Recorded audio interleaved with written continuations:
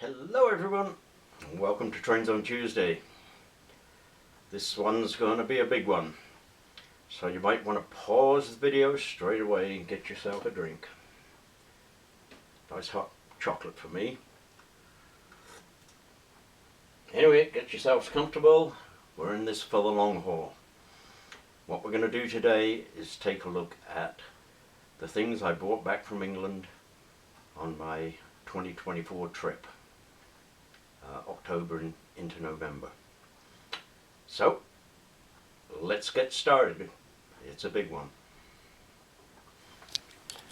So here's a quick overview on the layout of the stuff we're going to be looking at today.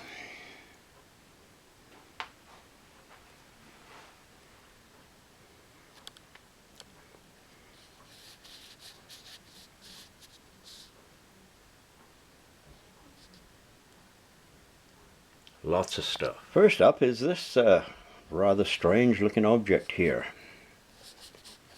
Just what is this? Well, it's a 3D printed fuel tank for my Triang double-ended blue diesel. A lot of these are missing their fuel tanks, and thanks to Derek Bond, 3D Derek, I have a 3D printed one.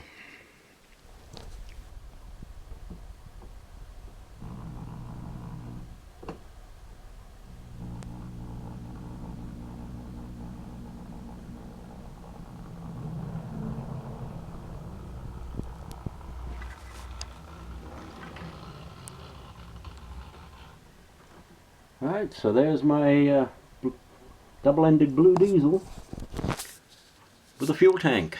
It finally looks like it should. I've had it a few years, minus the tank. Next up, we've got a couple of springs. Again, 3D printed by Derek. These fit on the Lord of the Isles loco. They fit right here on the side of the cab. You can see a hole there where the originals are missing. So I've got to get those cut out and installed, and then my Lord of the Isles will look pretty good.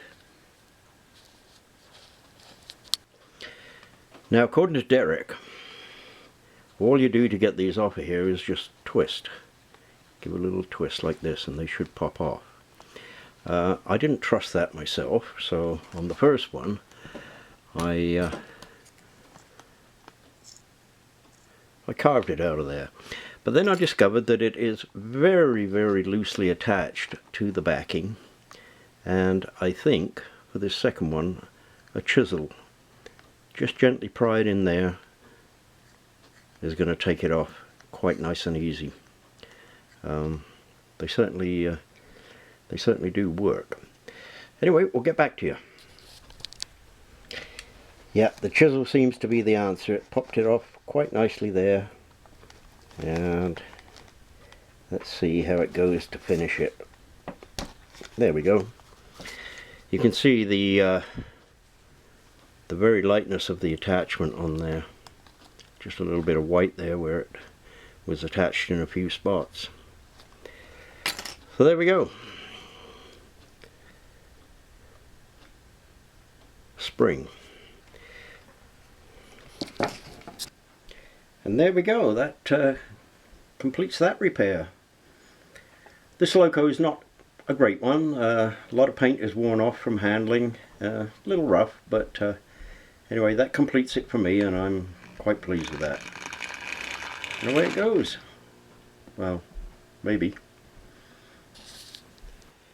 So here's the information for Derek Bond, 3D Derek.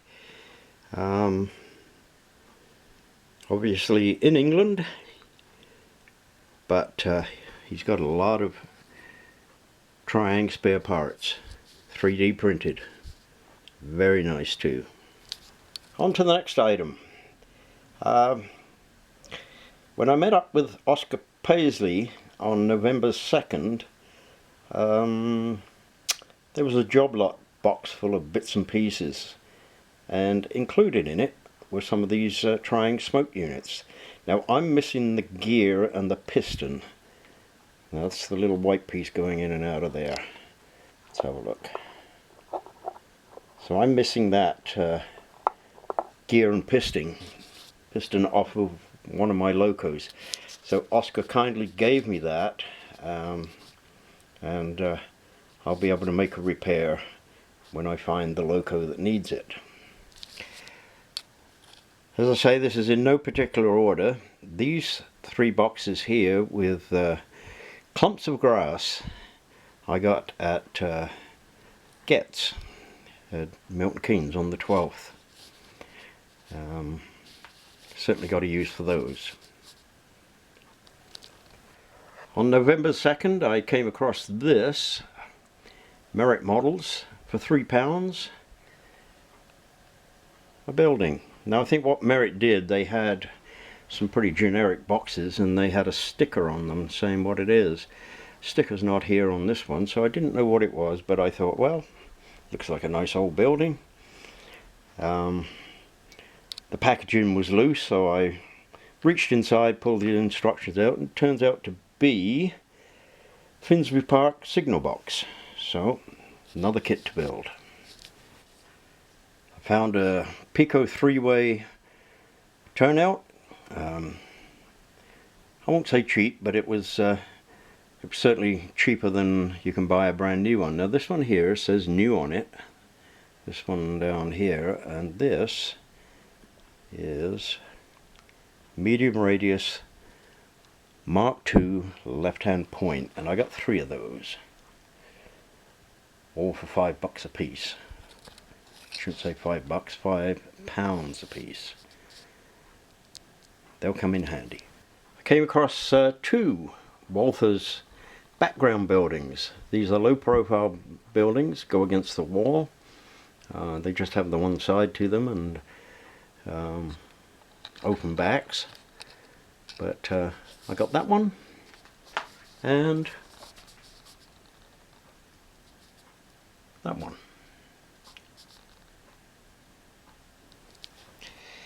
I came across again at the Toy and Train Collector Society, came across this bag for £1.50 with Airfix fencing, and I can never get enough of that, so quite pleased to find that. I think this one was quite a bargain. A ratio trackside structure. It has etched metal parts there, we can see. The whole thing cost me £4. £4 worth of etched metal there, never mind about the rest of the kit. Now I wasn't sure what this kit was looking at it. I just thought it was a great big tank. Turns out it's a water tower. I don't need another water tower, but what the heck. £4. Etched metal parts. From the old Airfix models, and prior to that Kitmaster, I have been wanting a new footbridge. I didn't have one. Well, I used to have one many years ago, but I haven't got one in the collection. And this was the first thing I came across in the first day that I was there. It was £9.50 and £9.30, and I thought that was quite expensive, but I went for it anyway, and I'm glad I did, because everywhere I went for the rest of the vacation, anywhere that might have had one of these, I looked and there was not another one to be had. So I'm rather pleased that I got that. I don't know whether to wait and get another one sometime and try to make it into a wider bridge, but well, time will tell. Very pleased to have that. Now also on that same day, but in a different location, I came across this second hand, and the price was the same, or maybe this was $9.50. Yeah, this one was $9.50, which I thought was expensive for a platform canopy. There's not much to them. Here's one of these I I made many years ago, and I recently been cleaning it up a bit, got the glazing strips out of it.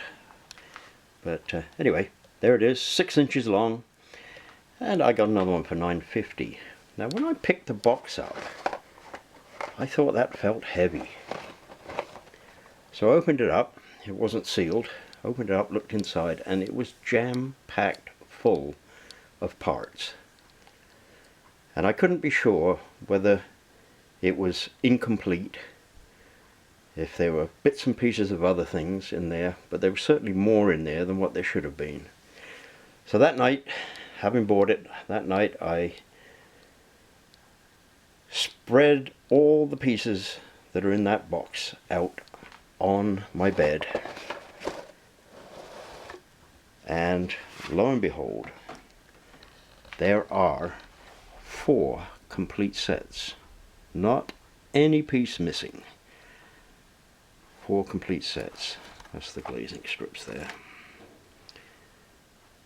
So instead of buying another 6-inch piece like that, I got 2 feet of canopy added to this one, 2.5 feet long.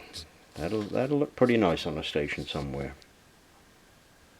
That could have been the bargain of the whole trip, and that was on the first day. But there's so much more yet. I was looking for some Silver Seal wheels. That's a spoked one there. Oops, sorry. That's a spoke one, but I wanted the solid ones, and I've got a few there. I didn't get as many as I wanted, and they were quite expensive at 75p per axle. But anyway, I got them, and more about that later as we get into this other stuff here. Now, I have been wanting to increase the number of containers and the variety of containers that I have in 00 scale. So I got that one. What did that one cost me? £2, I think. This one here, this one is a Dapol one, and it did not get the numbers printed on here as they should be. Got that one for £1. And 2 of these ones, slightly different. This one having the website on it, the other one not. £1 a piece. So quite pleased with that. Now, to go along with those, I also picked up another container flat car and 3 Freightliner containers in the red and white. £5 for that, I think. I'm quite pleased with that one. I didn't have that particular container in my Triang Hornby fleet. For a few years now I've had this Triang Class 31, but it's a very poor runner. It's in need of some work in the bearings on the armature shaft. So it's a Triang one, and I did want to replace that. So this year I came across this one, a Lima Class 31, number 31004, and it's a superb runner. There's the old Triang one right behind it there. So I was pleased to get that. I came across 3 packs of KD couplers. These are number MKD 8, number 7s, yeah, another MKD 8. These are couplers that you don't see anymore. These, you can see the design there. It's quite an old design, and I don't think they're made anymore. But I have found them very useful over the years, so I added those to the collection here.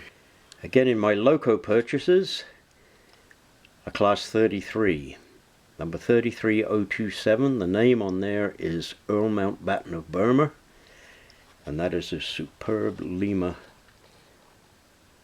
Loco, it runs beautifully. It didn't run at all when I first got it, and I took the top off and had a look inside, expecting to see it all gucked up and dirty and a mess. There was not a spatter of oil in the shell anywhere, and everything looked shiny and like new, and not a drop of oil to be seen anywhere. I don't think that had ever received any oil. So, a quick little lube, tiny bit of cleanup, and it runs lovely. In addition, got another Trang sleeping car. I've got one of these already in maroon and another one in blue. So I just thought that would add a little bit. It was cheap, £5 I think, and there it is. I may have to change the bogies on it. It's got the solid axles right through, open axle boxes. So it's not the greatest of runners. It doesn't like being on this Atlas track that it's sitting on right now. It bumps along the rail chairs, or ties, I guess is what it is for North Americans. But anyway, that's that one. To complete my powered purchases, powered equipment, I got this Lifelike Proto 1000 via Budcar. Now, very happy to have this one because, well, I've already got one, but it's a bit different. I'll show you. Here's the one I had before. It's an RDC-1. Now, if you take a look at this end of it here, in this area here, and we'll compare that to the other one when we get back, and also the roof vents. There's two of them up there, round roof vents. On the second one, we've got 5 roof vents and a considerable difference in the doors.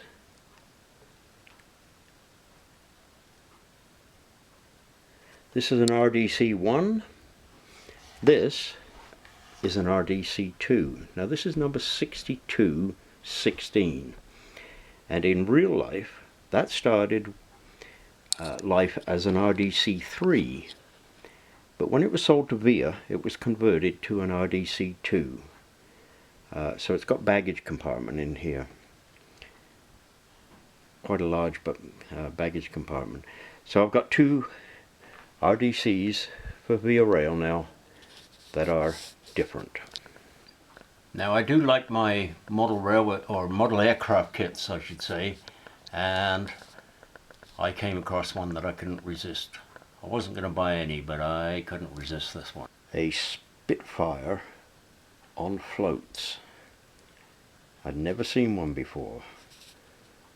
A little bit of research says that they built one for use in Norway, but before they could build any more, Norway was lost to the Germans, and so that was abandoned for a while.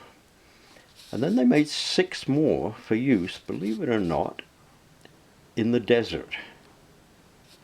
And this is a 5B, Spitfire 5B, with a tropical air intake.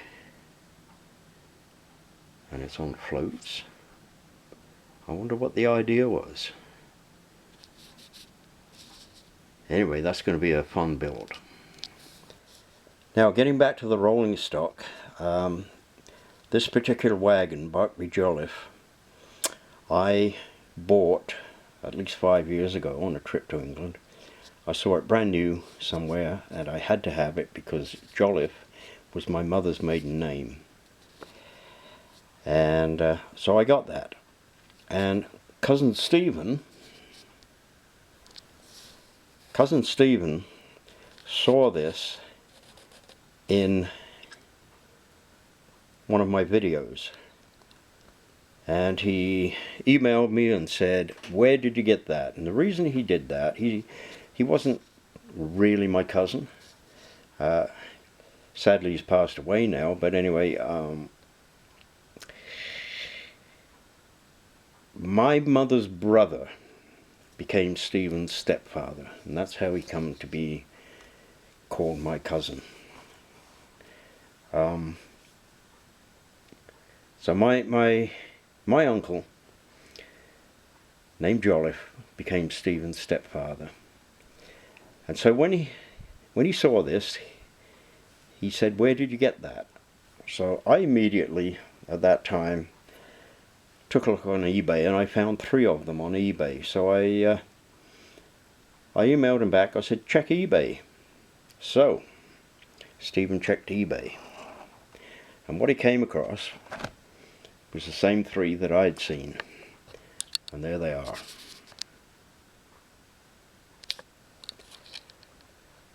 So when Stephen passed away and his estate was being sold off, I contacted the executor of his estate and said, you know, those wagons are somewhat special to me, those 3, and would it be okay if I bought them? And so I did. I paid for them a year ago and just managed to pick them up on my trip this year. So now I have 4 Barkby Jolliffe wagons, and they will always remind me of Stephen. Next up is this package here, which I don't think I'm going to bother opening. Oscar Paisley was given a box full of bits and pieces this past summer, 2024, and in it were a number of broken Kitmaster coaches. Here is one that I have still boxed, unbuilt. These date back to the 1950s. Anyway, there's the one that I'm currently working on. The roof is still to go on, and the underframe is still to go on. I put Bachmann wheel sets on this. Anyway, they make up into a nice coach, and I do have one unbuilt that has parts missing. So when I saw what's in here on Oscar's video, I contacted him and said, if you don't have a use for those, I do. So lo and behold, Oscar has kindly given me those parts, and I should be able to make up another coach from what's in there. Okay, next up, I've added 2 more coaches to my Eurostar. Now these are end coaches. They've got the machinery and grills in here. They're not really intermediate coaches, so it's not going to be perfect, but it will at least turn it into a 4 coach set as opposed to just 2. It'll look much better. We'll take a look at that shortly. Next up, I came across another 3 Mark IV coaches. So adding these to the original 2 that I got in the set, plus the 4 that I got at Calgary's show a year and a half ago, I can now put together a full rake of 9 Mark IVs in my Class 91. I did mention earlier when I said that I'd been buying some Silver Seal wheels that I would have more on that later, I said, and it is these coaches. These ones have Silver Seal on, but the ones I bought in Calgary had the wheels replaced, and those ones have a tendency to derail. So I bought the wheels to put on those coaches I got from Calgary. I didn't get quite enough, but well, we'll see how we get on. So we'll be taking a look at that train as well. Combining 2 of my hobbies, my stamp collecting and my railways, I bought a pack of stamps, and all of these are railway stamps. So they'll be going into my my stamp collection. I came across this PSL Model Railway Guide, book number 5, Operating Your Layout. This is from the 1980s. So that's going to be an interesting read to see how operations on a layout have changed from the 1980s to the present. Now, also, a gentleman introduced himself to me at Toy Collectors Society. Now, I don't know if he would like me to mention his name or not, so until I know that, I'll not say. But he gave me this book, the Trying Hornby Book of Trains. This is an Ian Allen publication, and that is going to be superb reading. I have started into that one. The gentleman knows who he is, and I thank him very much. So we're closing in on the end here, and we'll take a look at this final train. Now, this loco doesn't count. I did not buy this in the UK, but I did buy it the day before I went to the UK. So that's my second MLW 420. Beautiful, beautiful locos. Now, next up, Maxi 4 Stack Intermountain A-Line. There's my inventory card for it.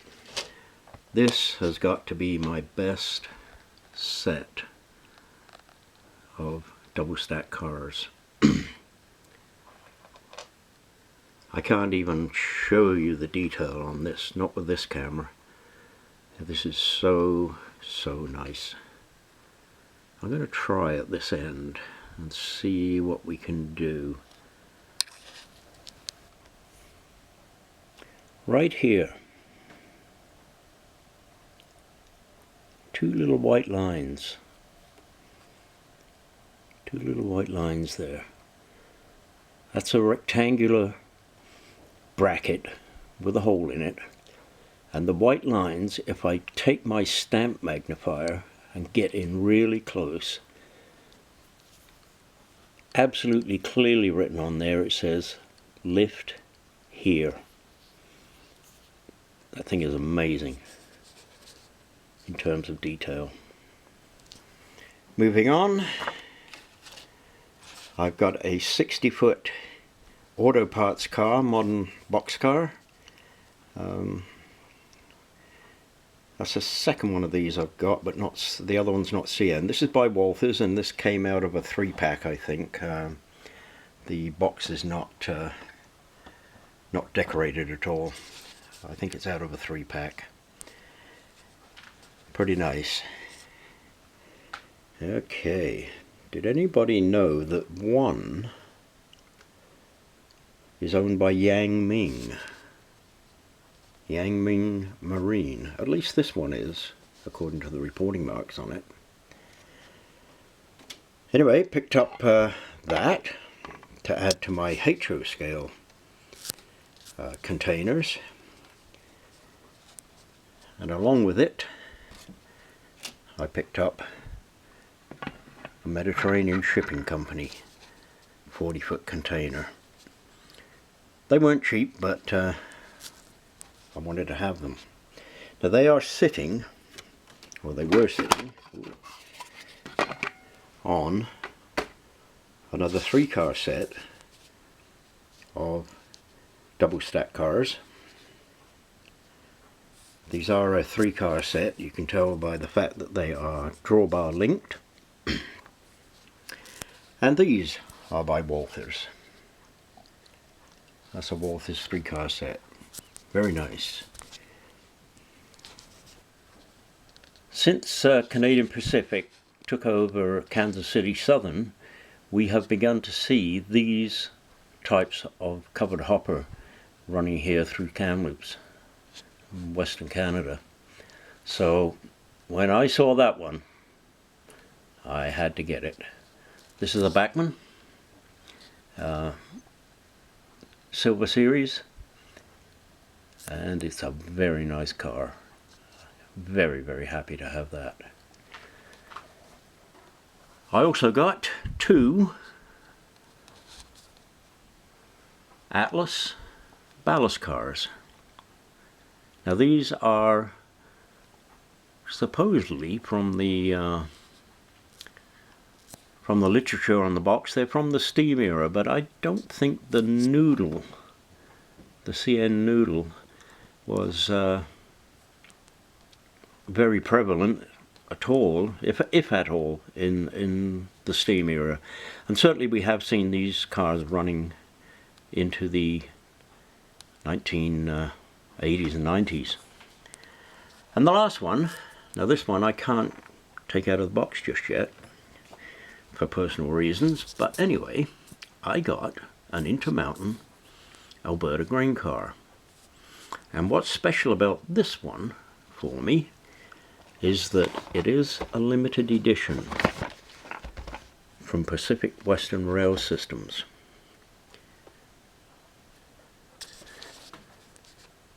A mailing address of Surrey, BC, Canada, which I can drive to in about 4 hours. And I went all the way to England to get it. Well, not to get it, but I did get it there. So very happy with that. I haven't opened it yet. It's absolutely new in box, never been opened. But it will be running on the layout this winter sometime. So that completes it for the rolling stock and the bits and pieces. That's everything. So what else? So in addition, I met up with a tremendous number of people, some new, some that are now old friends, and among them was John Warner, Piccadilly Model Railways, Pete from Delft Junction,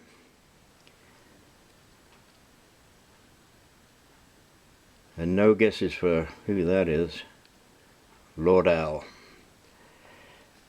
Also, so there we go. That's my purchases. Now I also want to mention that Peter Shaw, Chapel End Junction channel. Peter, his wife, and myself and my wife met up in New York, and we had a wonderful day together. Peter and I did the museum, of course. The wives went shopping, and we got together and had tea later before splitting up and going on our separate ways. But what a wonderful day we had. Weather was good, everything was just perfect. So very pleased with that too. Okay, what's left? I guess a bit of running. See some of this new stuff in action. Okay. I neglected to mention that in order to couple these Eurostar cars, I had to make myself a little adapter, a little coupling adapter here. Just a flat piece of styrene and a couple of pins. We'll see how that works out. Okay, all of the rolling stock is laid out on the track, and we're going to start with a look at a full-length Class 91 Mark IV set. Now these cars, these coaches are troublesome, we'll say. I have yet to get around this layout without derailing. Not once have I managed it.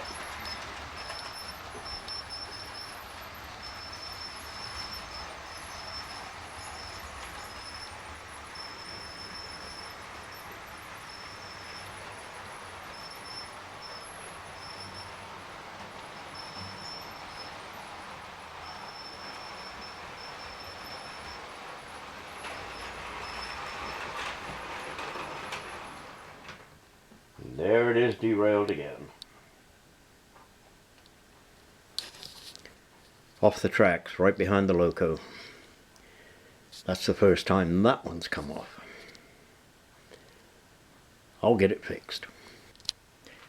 Okay, next up is Eurostar. See how we get on with this one.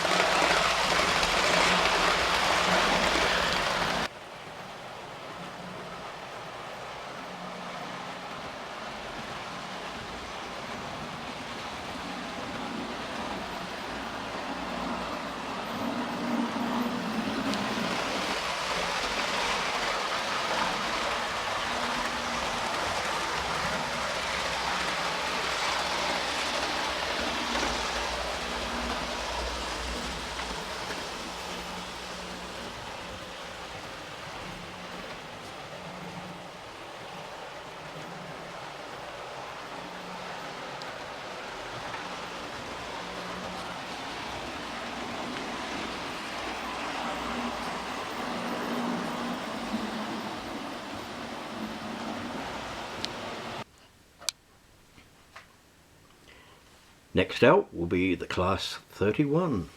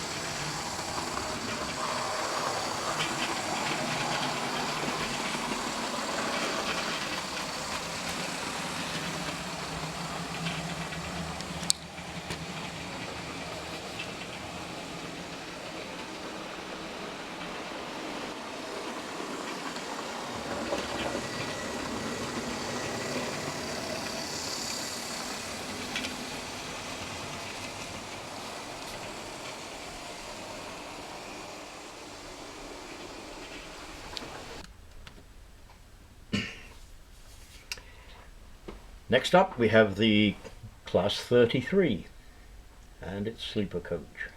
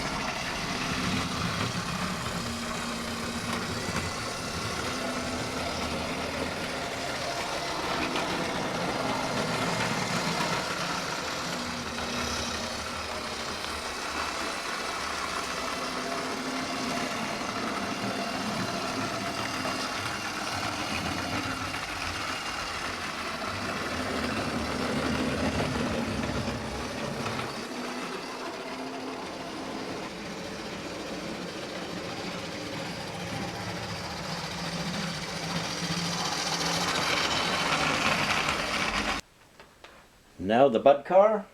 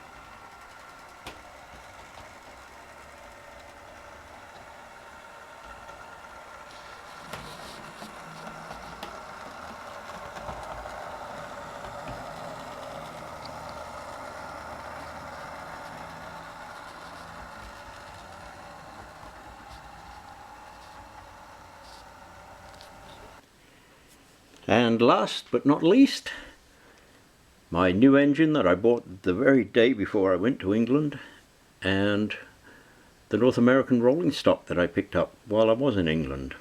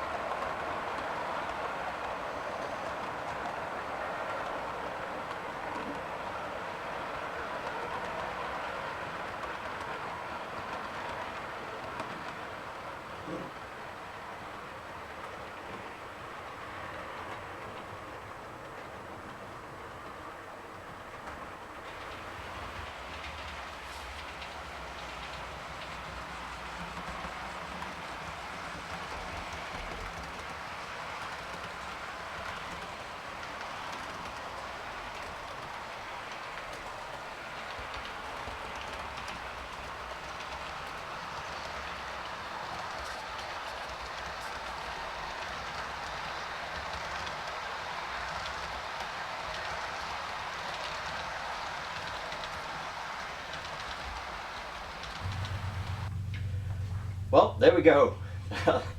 That was a long one. All the stuff I got in England this trip. Hope you enjoyed it. Hope you stayed with me right through to the end. If you did, congratulations. And question for you. Do you think I've got enough stuff now, or should I keep on buying? Let me know in the comments. Bye for now, everyone. See you again next week.